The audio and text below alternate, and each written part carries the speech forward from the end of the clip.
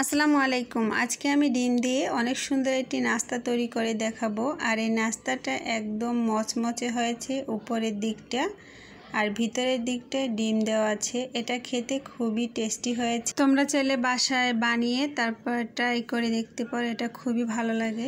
নাস্তা তৈরি করার জন্য এখানে আমি দুটো পেঁয়াজ কুচি একটু ভেজে নিব, 1 মিনিটের মতো ভেজে নিব। আর বন্ধুরা, তোমরা যদি এই নাস্তাটি তৈরি করো তাহলে পেঁয়াজটা ভেজে নিলেও হবে আর না নিলেও হবে। তবে আমি পেঁয়াজটাকে একটু অল্প সময়ের জন্য ভেজে নিচ্ছি।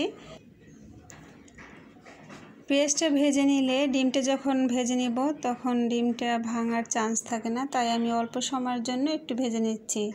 জাস্ট 2 মিনিট ভেজে নেব। এরপর আমি কিছু কাঁচামরিচ কুচি নিয়েছি। এখানে আমি 4টা কাঁচামরিচ কুচি করে নিয়েছি। তারপরে কিছু ধনেপাতা কুচি, সেটাকেও আমি পেঁয়াজের সাথে 1 মিনিটের জন্য ভেজে নেব, অনেক বেশি ভাজবো না। তোমরা যখন এই নাস্তাটি তৈরি করবে তখন পেঁয়াজ ধনেপাতা ভেজে না নিলেও হবে আর ভেজে নিলেও হবে।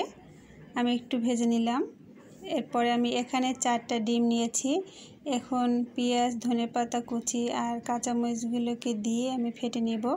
তারপরে টেস্ট অনুযায়ী লবণ দিয়ে দিচ্ছি। আমি 1 প্যাকেট ম্যাগি মশলা দিয়ে দিচ্ছি, কারণ ম্যাগি মশলাটা দেওয়ার কারণে অনেক বেশি টেস্টি হবে। তোমাদের হাতের কাছে যদি ম্যাগি মশলা থাকে তাহলে দিবে, আর হাতের কাছে না থাকলে তোমরা স্কিপ করতে পারো, কোনো সমস্যা নেই। এরপরে আমি সব উপকরণগুলোকে ডিমের সাথে ভালোভাবে ফেটিয়ে নিয়েছি।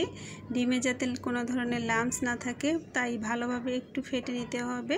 এখানে আমার ফেটে নেওয়া হয়ে গেছে। এরপর আমি চুলার উপর একটি ফ্রাই প্যান বসিয়ে তার ভিতরে আমি কিছু রান্নার সয়াবিন তেল দিয়ে একটু ভালোভাবে ঘুরিয়ে নিচ্ছি, আর তেলটা একটু গরম করে নিতে হবে। এরপরে আমি ফেটে রাখা ডিমটাকে দিয়ে দিচ্ছি। ডিমটা যখন এক পাশ ভাজা হবে তখন এক পাশ থেকে আমি একটু এভাবে ভাজ করে দিচ্ছি।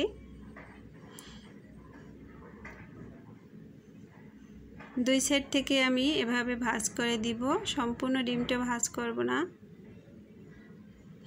বন্ধুরা, তোমরা একটু ভালোভাবে লক্ষ্য করলে এই নাস্তাটি কিন্তু তৈরি করা খুবই সহজ। তোমরাও খুব সহজে এই নাস্তাটি তৈরি করে নিতে পারবে।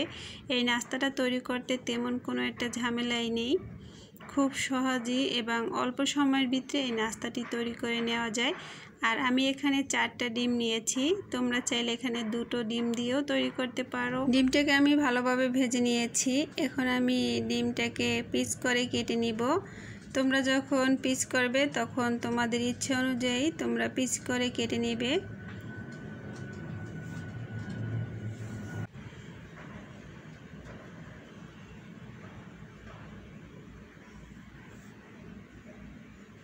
আমি তোমাদেরকে তবুও পিস করে কেটে দেখাচ্ছি। তোমরা চাইলে আমার মতো করে এভাবে পিস করে কেটে নিতে পারবে।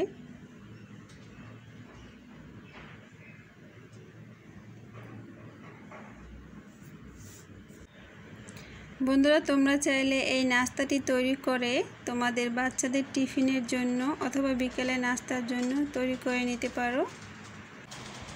এখন এখানে আমি 1/2 কাপ পরিমাণে আটা নিয়েছি আর 3 টেবিল চামচ পরিমাণে চালের গুঁড়ো নিয়েছি, টেস্ট অনুযায়ী লবণ আর 1 টেবিল চামচ পরিমাণে আদা রসুন বাটা আর 1/2 কাপ পরিমাণে পেঁয়াজ কুচি। পেঁয়াজটাকে মিহিন কুচি করে কেটে নিয়েছি, তার সাথে আমি কিছু ধনেপাতা কুচি দিয়েছি।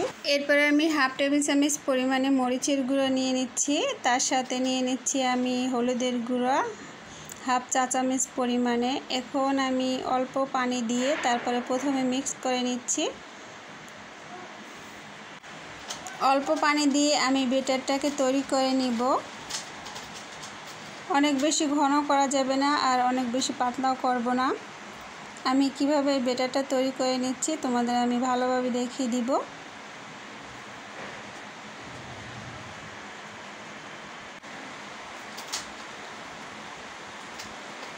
আমি আরেকটু পানি অ্যাড করে তারপরে গুলিয়ে নিব। আমি আরও অল্প কিছু পানি দিয়ে তারপরে ব্যাটারটা তৈরি করে নিচ্ছি। তোমরা যখন বাসায় এই নাস্তাটি তৈরি করবে তখন অবশ্যই চালের গুঁড়োটা দেওয়ার চেষ্টা করবে, তাহলে এই নাস্তাটা তৈরি করার পরে অনেক সুন্দর মচমচে হবে আর খেতেও অনেক বেশি ভালো লাগবে। তো ব্যাটারটা আমার তৈরি করা হয়ে গেছে। এখন আমি ভাজা ডিম থেকে এক পিস ডিম নিয়ে তারপরে ব্যাটারের ভিতরে দিয়ে তারপরে ভালোভাবে লাগিয়ে নিব। ডিমের সাথে ব্যাটারটা একটু ভালোভাবে লাগিয়ে নিতে হবে। আর চুলার উপর আমি একটি পাত্রের ভিতরে কিছু রান্নার সয়াবিন তেল দিয়ে গরম করে নিয়েছি, তবে আমি অনেক বেশি গরম করিনি, হালকা গরম করে নিয়েছি। এর ভিতরে আমি নাস্তাগুলোকে দিয়ে তারপর ভেজে নেব। আর এ পর্যায়ে চুলার আঁচটা আমি মিডিয়াম আঁচে রেখে তারপরে নাস্তাগুলোকে ভেজে নিচ্ছি। আর নাস্তাগুলো দেওয়ার সাথে সাথে উল্টিয়ে নেওয়া যাবে না, 5 মিনিট সময় নিয়ে এক পাশ ভালোভাবে যখন হয়ে যাবে তারপরে অপর পাশ উল্টিয়ে দিতে হবে। বন্ধুরা, আজকের ভিডিওটি তোমাদের কাছে কেমন লাগছে অবশ্যই কমেন্ট করে জানিও। আমার ভিডিওটি যদি তোমাদের কাছে ভালো লাগে আর তোমরা যদি অল্প কিছু উপকৃত হয়ে থাকো তাহলে তোমাদের কাছে আমার একটি রিকোয়েস্ট রইল, আমার ভিডিওতে লাইক দিয়ে আমার চ্যানেলটি সাবস্ক্রাইব করে রেখো আর পাশে থাকা বেল বাটনটি অন করে রেখো। আর তোমাদের ফ্যামিলি ফ্রেন্ডসদের সাথে আমার ভিডিওটি শেয়ার করে দিও। সবাই ভালো থেকো, সুস্থ থেকো, আল্লাহ হাফিজ।